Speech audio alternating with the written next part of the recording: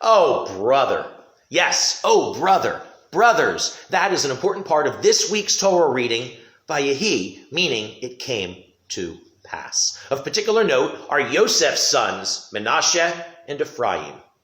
Traditionally, on Friday nights, parents say a special blessing on their children.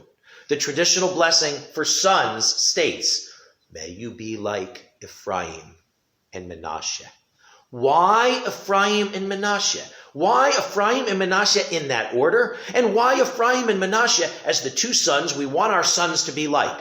There are so many sons in Jewish history. There are those who came before Ephraim and Menashe, and there are those who came since Ephraim and Menashe. What is it about Ephraim and Menashe that merits them being the ancestors when saying a blessing upon our sons that we want them to be like? There is actually quite a good reason for this. Ephraim and Menashe are the first set of brothers in our Jewish history who actually got along well as brothers can and should. Even before our Jewish history begins, when human history begins, the first set of brothers in the Torah, Cain and Abel, certainly did not get along well. Then the first brothers in Jewish history, one being the leader of the second generation of Jews and one not, Yitzchak and Ishmael, certainly did not get along well. Then the next generation of brothers in Jewish history, one being the leader of the third generation of Jews and one not, Yaakov and Esau, certainly did not get along well. Then the fourth generation of Jews has a dozen brothers. And in recent weeks of our Torah Minutes together came the topic of how some brothers were jealous of another brother and actually sold their brother into slavery. Thus, Yosef and his brothers also certainly did not get along well. Now, in the fifth generation of Jews, though, Yosef's sons, Ephraim and Menashe, actually do get along well, as brothers can and should. Ephraim and Menashe are considered models for us to follow on how more rightly to get along, which is certainly what we should want for our children. Ephraim and Menashe were also rather special to Yaakov, Yisrael. In this parsha, Yosef takes his two sons, Menashe and Ephraim, to visit their ailing grandfather. Vayikach et shnei vanav imo, et Menashe ve'et Ephraim. And he took with him his two sons, Menashe and Ephraim. And Yisrael then wants to bless the lads. Yevarech et hane'arim. And Yisrael even then declares, V'ata shnei vanecha, Ephraim u'Menashe, Reuven v'Shimon, yiyu liyich.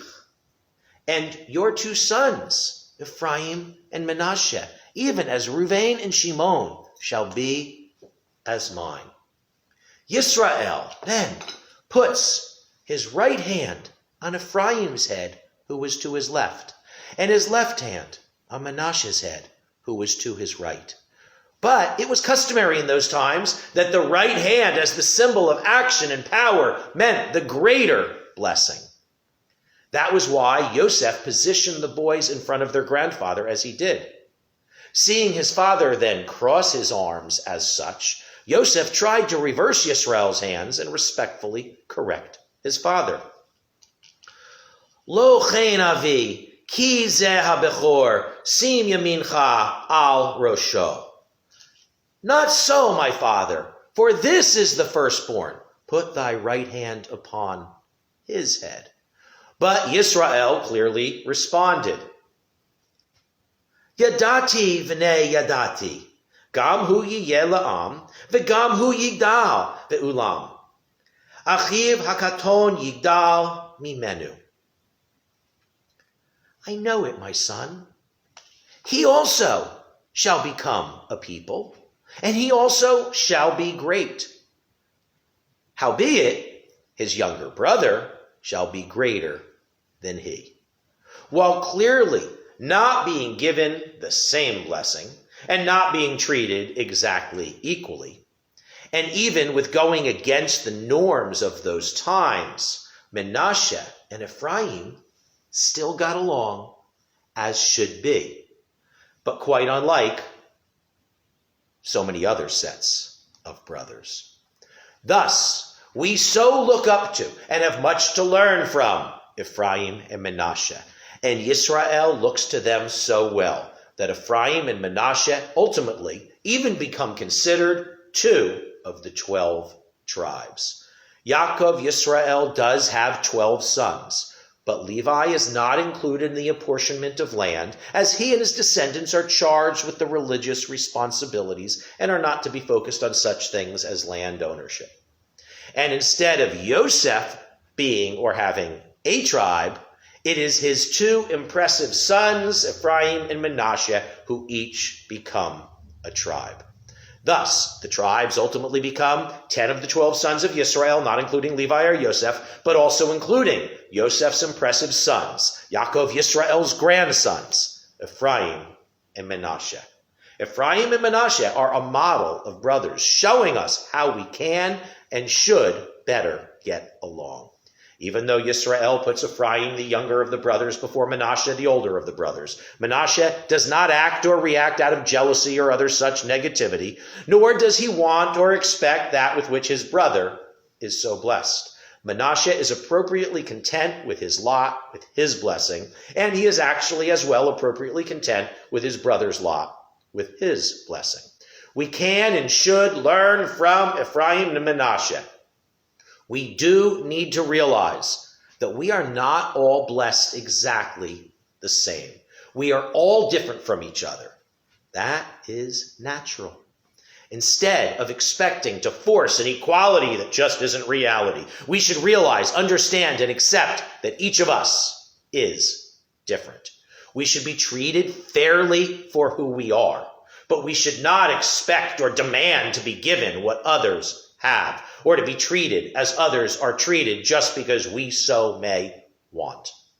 True fairness is not treating everyone exactly the same, but true fairness is treating everyone rightly for who they are as the unique individuals that they are. And in reality, some people choose to live by better values. Some people work harder. Some people put forth greater efforts. And we would all be better off if we did not focus on what we have and do not have, but if we focus on what we do and do not do. And understand, respect, and appreciate others for who they are and what they do. Let us be more like Ephraim and Manasseh and appreciate that with which we are blessed and appreciate that with which others are blessed and appreciate our differences and get along well despite or disregarding our differences. That is an important part of this week's Torah reading, Vayehi. Oh, brother, despite and disregarding their differences, and maybe even in some ways because of them, yes, brothers can and should get along. Of particular note are Yosef's sons, the brothers, Ephraim and Manasseh. Certainly well worth pondering this Shabbat Vayehi. Please do appreciate that with which you are blessed. And while you may not get to choose that with which you are blessed, you do well get to choose the efforts you do put forth. And leaving you with that to ponder, I will wish you all L'Shabbat Shalom.